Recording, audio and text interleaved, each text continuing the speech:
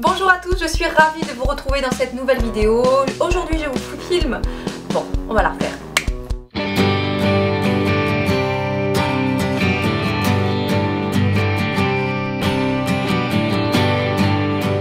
Bonjour à tous, ravie de vous retrouver pour cette nouvelle vidéo. Aujourd'hui, ça commence par le maquillage en fait que je réalise en fait au quotidien, quelque chose de très simple avec des produits que vous connaissez déjà pour la plupart. Et je vous parle dans un premier temps, donc je vais mélanger ces deux fonds de teint. Donc il s'agit du fond de teint encre de peau de Yves Saint Laurent et du fond de teint Face and Body de chez MAC.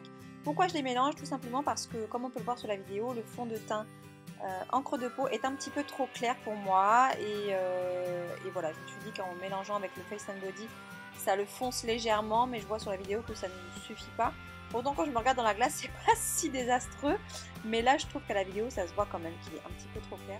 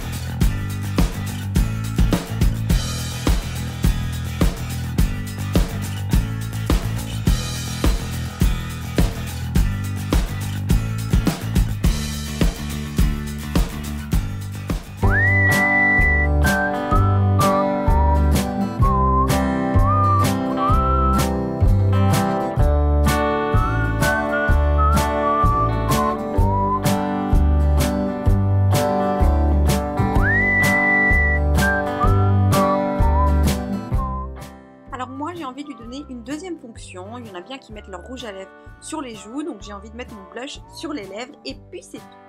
Alors souvent je le porte en fait tout seul sur les lèvres parce que j'aime cette couleur vraiment rosée et cet effet un petit peu poudré, crémeux qui donne, j'aime vraiment beaucoup.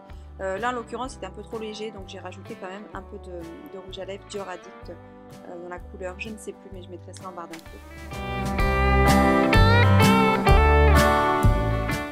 Voilà concernant la première partie de cette vidéo, donc c'est pas un maquillage, vous avez vu, extraordinaire, rien de bien compliqué, si ce n'est appliquer un fard à paupières sur toute la paupière mobile, un petit peu de crayon beige à l'intérieur de l'œil pour essayer d'agrandir un petit peu les yeux, mon blush que j'adore, un petit peu de rose sur les lèvres, histoire d'avoir les lèvres un petit peu plus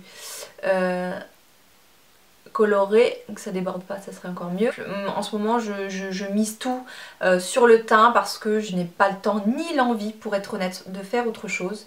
Nous allons nous occuper de cette tignasse. Donc ils ont quand même pas mal poussé, vous remarquerez.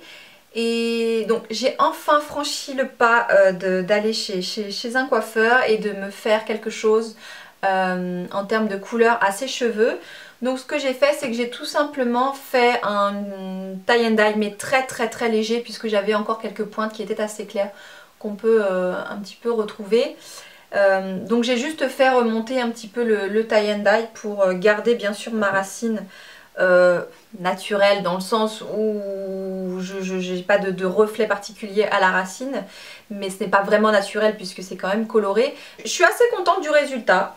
Après voilà, ça fait que le deuxième shampoing que je fais, c'est fait tout récemment, donc faut voir comment ça vieillit, mais c'est ce que je voulais, c'est ce que j'attendais, et surtout je ne suis pas déçue, donc c'est très important pour moi, parce que d'aller chez le coiffeur, faut pas croire, mais je n'aime pas forcément ça, bizarrement. Quand ça a été votre métier, vous savez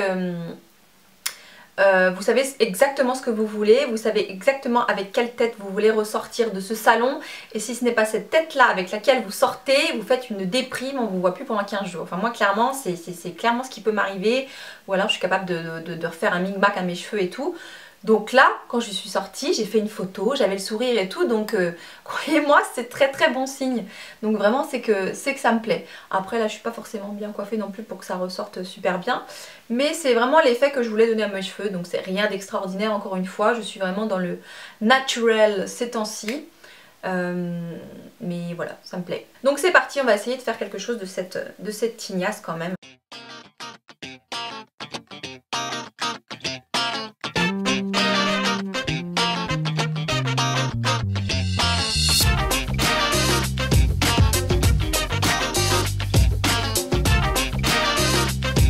J'ai tendance à très souvent les attacher quand ils me saoulent, hein, tout simplement pour rester poli. Donc du coup, voilà ce que je fais. J'essaye la partie, je laisse tomber naturellement en fait avec l'arrêt au milieu. Toute cette partie là, je les mets sur l'arrière pour former une espèce de petite coque. Et je ramène toutes les petites mèches à l'arrière en queue basse en fait tout simplement. Et je laisse tomber les mèches qui veulent bien tomber un peu naturellement. Donc comme ça fait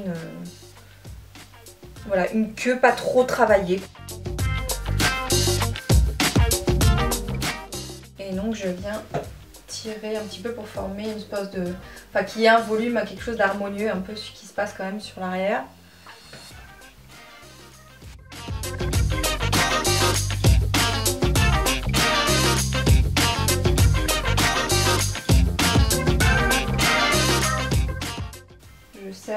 Je plaque en fait la queue contre mon crâne.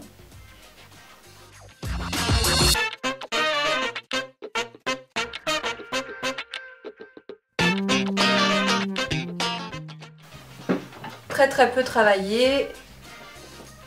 Et si les mèches, je trouve qu'il y a trop de mèches devant, je peux en prendre une ou deux et les ramener avec une pince sur l'arrière comme ça tout simplement. Voilà, avec ce spray, il suffit d'en appliquer un petit peu dans les mains et froisser un petit peu le cheveu pour donner cet effet en fait coiffé, décoiffé tout simplement. On peut tout à fait aussi la virer derrière l'oreille quand elle nous fait chier tout simplement. Écoutez, c'est tout pour cette coiffure. On m'a demandé maintes et maintes fois comment je pouvais réaliser ce petit chignon sur Instagram. C'est vraiment très simple, n'importe qui peut réaliser ça. Vous avez vu, j'ai une longueur de cheveux qui est quand même relativement courte. On passe tout de suite à la tenue.